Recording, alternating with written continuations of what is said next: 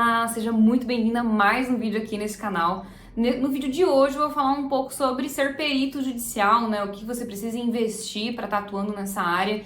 E eu percebo que é uma das maiores dúvidas de quem acompanha o meu conteúdo, essa parte de processo judicial, como atuar como perito judicial. E eu entendo porque, né, tem muita dúvida a respeito desse assunto, porque é uma área completamente diferente do que a gente engenheiro está acostumado. Existe ali um cadastro, existe ali um sistema, existem ali termos que a gente não está acostumado a utilizar, a gente não sabe nem o que significa. Então eu entendo bastante aí as dúvidas frequentes. Mas como eu não consigo num vídeo responder todas as dúvidas, eu vou elencar nesse vídeo, vou falar para você o que você precisa investir, qual que é o investimento inicial que você precisa fazer para ser perito judicial. Eu sou Karine, engenheira civil, e criei este canal para trazer conteúdo de engenharia civil, mas principalmente em engenharia diagnóstica. Então fica comigo até o final desse vídeo porque eu vou te trazer aí alguns detalhes bem interessantes sobre ser perito judicial. Antes de eu trazer os pontos aqui que eu destaquei para vocês, eu lembro você que eu tenho um curso, o Fórmula Laudos Técnicos, onde tem um módulo falando somente sobre laudo pericial. O link tá aqui na descrição.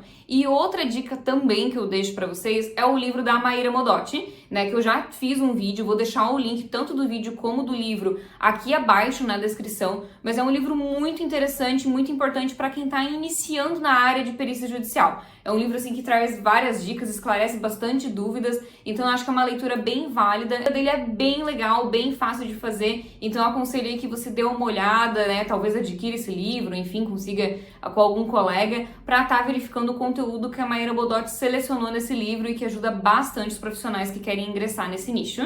Então, primeiro ponto, eu vou te dizer aqui a respeito de você não precisar de nenhum certificado específico de curso de perito judicial ou pós-graduação em perícia judicial. Você precisa ter, sim, comprovação de capacidade técnica. Então, você precisa ter ali um certificado de um curso técnico, de um curso superior. Segundo o que manda o Código de Processo Civil, é apenas isso que você precisa, né? Na hora que você fazer ali o cadastro, você linkar ali, você subir o certificado aí da sua competência técnica. Então, se a gente for considerar o custo de uma graduação, coisa que eu não acho válido, porque acredito que você fez a graduação pensando em outra coisa, né? Pensando em atuar numa empresa, pensando em abrir a sua empresa, atuar com projetos. Então, você já está formado, você já tem essa graduação, já tem esse curso técnico e você quer rentabilizar ele da melhor forma possível. Então, tá pensando aí também em ingressar nessa área de processo judicial. Enfim, né? Fazendo aqui a relação, geralmente eu vou trazer para minha área, né? A engenharia civil aqui na minha região está em torno de uns R$2.000 a mensalidade. Então, se a gente fizer aí para os 5 anos que a gente tem que fazer de graduação, ficaria em torno aí de uns R$125.000. Então, é um custo bem elevado. Mas, como eu disse, eu não acho válido fazer essa relação porque geralmente as pessoas não fazem, né, um curso de engenharia civil ou arquitetura ou medicina ou enfim, pensando em ser perito judicial especificamente, né, quer atuar com outras áreas e coloca incorporando ali a lista de trabalhos, incorporando ali a rentabilização dessa profissão. Então, não acredito ser válido fazer essa análise, mas enfim, né? Então, começamos aí com o custo que você vai ter para conseguir o seu diploma técnico. Segundo ponto, para você ser perito judicial, eles precisam saber que você quer trabalhar como perito judicial. Então você precisa fazer um cadastro, você precisa ali subir a sua documentação, colocar ali certinho quem você é, onde você trabalha, onde você quer atuar, né, quais as varas, certinho.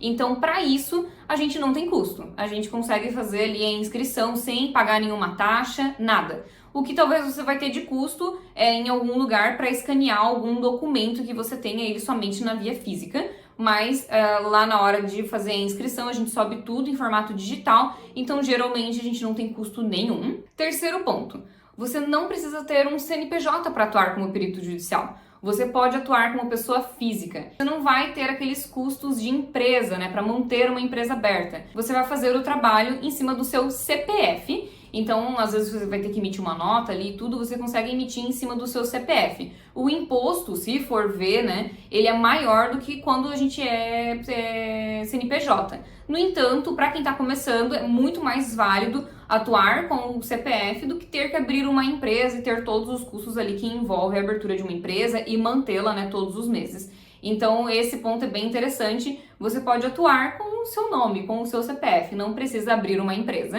Antes de eu ir pro quarto ponto, eu lembro você que eu posto vídeos aqui neste canal todas as quartas-feiras às 11h45. E se você não tá recebendo notificação é porque você ainda não é inscrito nesse canal. Então clica no botão que tá logo aqui abaixo desse vídeo escrito inscreva-se e assim você vai receber as notificações e não vai perder nenhum conteúdo que eu colocar por aqui. Quarto ponto. Na maioria das vezes o serviço vai depender somente de você. Você não vai precisar ter uma equipe, você não vai precisar, enfim, ter uma estrutura para fazer um laudo pericial, para estar atuando como perito judicial. Você consegue atuar por você mesmo. Você que vai ler lá o processo quando for nomeado, você que vai marcar o dia da perícia, você que vai lá no dia da perícia coletar as informações, você que vai elaborar o laudo, vai enviar, né, vai lá subir no sistema, vai esperar ali para ver se tem alguma manifestação, vai responder as manifestações, então é tudo você. A não ser que tenha ali algum elemento dentro desse processo judicial que precisa ser esclarecido tecnicamente, como por exemplo um levantamento topográfico. E você não faz, né, não tem equipamento, não tem equipe, aí você precisa contratar um fornecedor, um parceiro para estar fazendo isso para você. Então tem que verificar ali certinho dentro do processo o que os quesitos solicitam, o que o processo está te exigindo, né, como profissional, e verificar se você precisa ali tá chamando algum parceiro, tá fazendo ali algum orçamento além, né, dos seus custos, das suas horas. Então, você não precisa ter custo com equipe, não é, por exemplo, trabalhar com reforma, com plano de reforma, com obra que você precisa ter ali, né, quem vai fazer cerâmica, quem vai fazer pintura, quem vai fazer o telhado, e daí você vai ali distribuindo os lucros e no final você fica com um lucro pequenininho. Não, você atua sozinho, né, na perícia judicial, vai ter ali talvez um custo com deslocamento, algum custo ali com alimentação, com algum equipamento, mas na maioria das vezes é somente você que vai estar atuando, então você não tem ali nenhuma equipe, nenhum custo com equipe. Quinto ponto, você não precisa ter um escritório.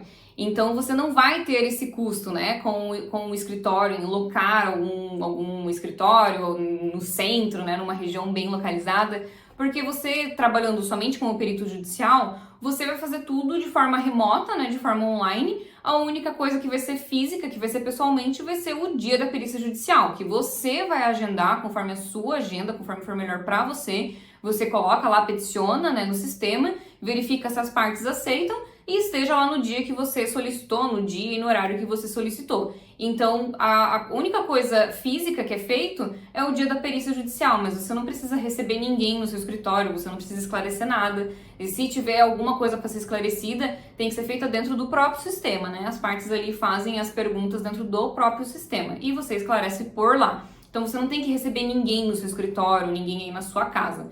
Então, você não precisa ter um custo de locar um escritório. Então, esse também fica custo zero. Sexto ponto, a questão dos softwares, né? A gente engenheiro, arquiteto, a gente que precisa estar atuando com um projeto e tudo mais, a gente precisa ter licenças de softwares e não são nada baratas, né? Eu acho que o software mais em conta aí fica em torno de R$2.000 o ano. Então é um custo considerável para quem está começando. Então, quando a gente é perito judicial, quando a gente atua com perícia judicial, raramente a gente vai ter que abrir um projeto em DWG. A gente geralmente recebe tudo em PDF, em doc, em Excel. A gente raramente recebe coisas em DWG. Então você não precisa ter esse custo de um software, porque se você for precisar, né, se você for atuar com um software, precisa ter licença, gente. Não usem coisa pirata. O único software, né, que eu indico que você compre seria o pacote do Office, que seria ali o Word, o Excel, que realmente isso você vai usar muito para elaborar os seus laudos, para, enfim, fazer até a avaliação de imóveis por Excel. Então, é muito importante você ter acesso a isso. E, se eu não me engano, é uns 20 e pouquinhos reais por mês e no ano, acho que não chega a dar 350 no ano para adquirir ali o pacote Office. Então, realmente é muito mais em conta. Vou colocar aí o custo de R$ 329,16, que é o pacote mais básico, né, mais simples da Microsoft. Então, vou deixar aí pra gente fazer o nosso cálculo final. E sétimo e último ponto que eu vou trazer aqui pra vocês é a questão dos equipamentos. A gente que é engenheiro diagnóstico, a gente já vem com uma cabeça que a gente precisa de equipamento para tudo, né? Que a gente precisa chegar lá no dia da perícia com uma mala gigantesca e fazer teste de tudo. Mas na verdade não é bem assim. Até foi uma coisa que foi bem interessante, né? A Maíra Modotti esclareceu numa palestra que ela deu no evento que teve da DEPAT. E ela falou, gente, o principal do processo judicial é você esclarecer ali, de forma técnica, o nexo causal para entender de quem que é a responsabilidade daquele processo, né? Daquele problema. Então, muitas vezes não precisa de equipamento para isso. A gente realmente precisa entender ali os fatos, entender ali qual foi a ordem dos fatos, quem fez o quê, para conseguir esclarecer tecnicamente qual que é a responsabilidade. Claro que é importante você levar uma trena, né? Até eu deixo aqui nos comentários o link de trena a laser, trena metálica, tem um fissurômetro, é bem interessante para ali dimensionar a questão das fissuras, das trincas. Também, né, levar uma prancheta para estar anotando as coisas, levar uma haste metálica ou um martelo ABS para fazer ali um ensaio à percussão. Se você, por exemplo, né, vou colocar aqui a listinha. Se então a gente ter a trena laser, a trena metálica, a trena laser ela vai ser a mais cara dessa lista que eu vou passar aqui para vocês. Mas eu acho muito válido ter a trena laser porque ela economiza muito tempo, ela é muito fácil de usar. Então eu acho que vale a pena, sabe? Investir nela. Então a trena laser, a trena metálica, ter ali o fissurômetro, ter uma prancheta, ter ali uma haste metálica ou um martelo ABS, isso aqui não vai dar R$ 500 de investimento. Então, para quem tá começando, às vezes R$ 500 é também muito complicado. Então, vai ali na trena metálica, leva ali um fissurômetro, uma haste metálica e vai, enfrenta aí para ver o que você consegue fazer com isso. Mas geralmente já dá para se virar muito bem. Acontece que, claro, conforme você for acrescentando equipamentos, vai ficar muito mais legal, o teu trabalho vai ficar muito mais pesado, mais embasado. Então, aconselho aí que conforme for entrando, verba, você vai separando para ir adquirindo outros equipamentos. Adquirir um midímetro para verificar a umidade de parede, comprar um pacômetro para verificar ali o posicionamento de armadura dentro das paredes, enfim. Então, às vezes é um dado bem importante para você estar avaliando num processo judicial. Também comprar uma câmera digital para ter fotos melhores, né? Dá para usar muito o celular, mas às vezes a câmera digital que tem mais zoom, dá para você, enfim, captar mais informações de longe. Tempo, não ter que anotar na prancheta, mas anotar as coisas num tablet. Enfim, com o tempo você vai vendo as suas necessidades e o que é importante você estar levando para o momento do processo ali, para o momento da perícia judicial.